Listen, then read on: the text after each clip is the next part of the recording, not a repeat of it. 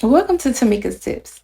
Today is the launch of my new IG series where I discuss the taboo topics that we face as mothers, wives, and simply women in general. Today I'm coming in hot, to talk about overcoming mom guilt. And guess what? We're going to learn to embrace ourselves with that self compassion. Again, I'm Tamika Stredick, and this is Tamika's Tips. As a certified life coach and simplicity cultivator, I understand that sometimes there's a weight of mom guilt, and it can impact the way we do life, our well being. Many moms experience this. It's a feeling of guilt sometimes, which stems from the belief that we should always prioritize our children, our friends, just other people in general above ourselves. However, it's important to remember that taking time for yourself is not selfish, it's essential for our overall happiness and the well being of our entire family. I have some tips for you today. As I said in the intro, get your pen, get your paper. I want to help you with some strategies to overcome mom guilt and embrace that self compassion. Number one, recognize the validity of your feelings. Understand that mom guilt is an emotion. That's it. It's an emotion, it's the way that you feel. It's experienced by many mothers. It is valid to have conflicting emotions and desires. Acknowledge your feelings without judgment from yourself or judgment from others. And know that it's normal to prioritize your own well being.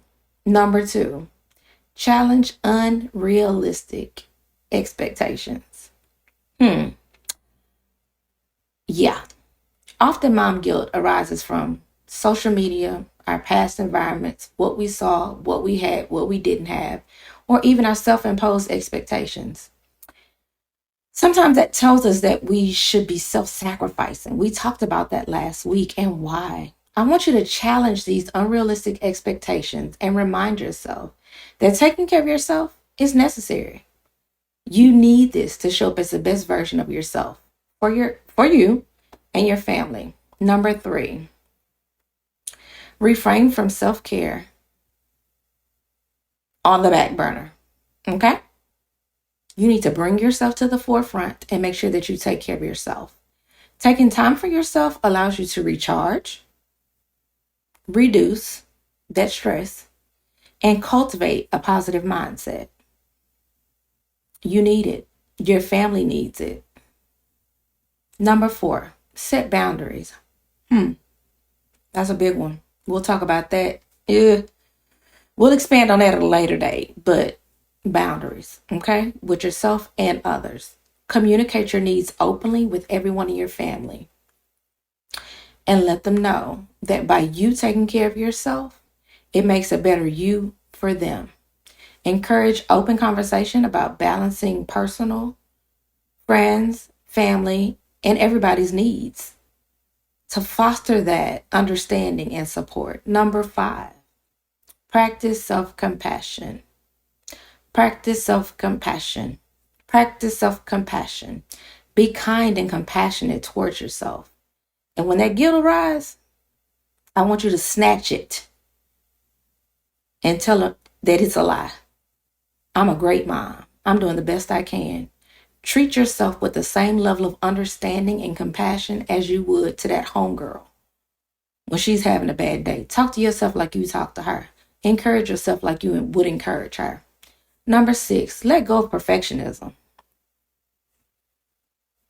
Nobody's a perfect mom. Nobody's a perfect person. Settle for good enough. I am good enough to parent. God gave me these children.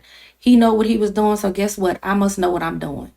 Accept that mistakes happen and that imperfections are a part of the journey. Number seven, seek support and gain connection. Listen, I'm an introvert. I love being to myself, but sometimes it just don't work out. I need to be around other moms. So I want to encourage you to find motherhood communities in ministry or online or just with some girlfriends where you can kind of hang out with like-minded moms and y'all get it. Y'all both get it. Sharing experiences and supporting each other can help alleviate that mom guilt and provide a sense of solidarity. Even the Lone Ranger had Tonto. I'm telling my age now, but if y'all, if you know, I guess. Number 8, practice mindfulness. Cultivate mindfulness in your daily life. Be fully present in the moment you spend with your children. Savor the joy and love the joy of what parenting brings. Mindfulness helps to reduce the worry about your past mistakes that you made as a mom. Be present in the future. I mean, be present in the present and let the future be the future. Number 9, celebrate your achievements. Recognize and celebrate the positive impact you have on your children's lives. Listen, we'll bust out into a dance party at the dinner table. We'll do a soul train line in the hallway. We celebrate everything, big, small.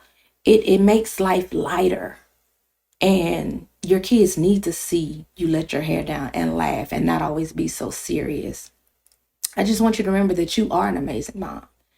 And taking that time, enjoying your family, it's priceless. Last but not least, let go of the comparison. Every family is unique. And what works for others may not work for you. What works for me may not work for you. What works for you may not work for me. It's okay. Trust your instincts, embrace your individuality, and focus on creating a nurturing and loving environment for your family. Please take the time that you need for yourself. Figure out what your values and your priorities are and start there. Let's get back to the basics of what's important. Remember, mom guilt is a common struggle. We've all had to deal with it.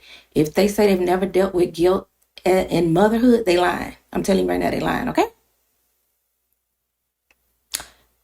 By doing so, taking care of yourself by doing so, you will create a happy home, a fulfilling life where you can enjoy parenting, you can enjoy your own life, and just cultivate the joy and the authenticity between you and your family. Come here, listen. I've done the hard work, so you don't have to. I was a young mother. I've cried. I've done trial and error. I've messed up. I dropped the ball. But I've cried the tears so that you don't have to. I've made the mistakes and I've discovered the solutions that will help catapult you into the simplified life that you deserve.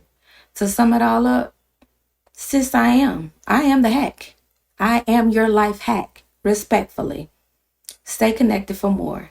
It's time to gather ourselves and live life out loud. Let's talk about it. I got you. Okay? Until next time, I want you to choose to be very good to yourself. Thank you for joining Timeka's Tips. Have an amazing afternoon.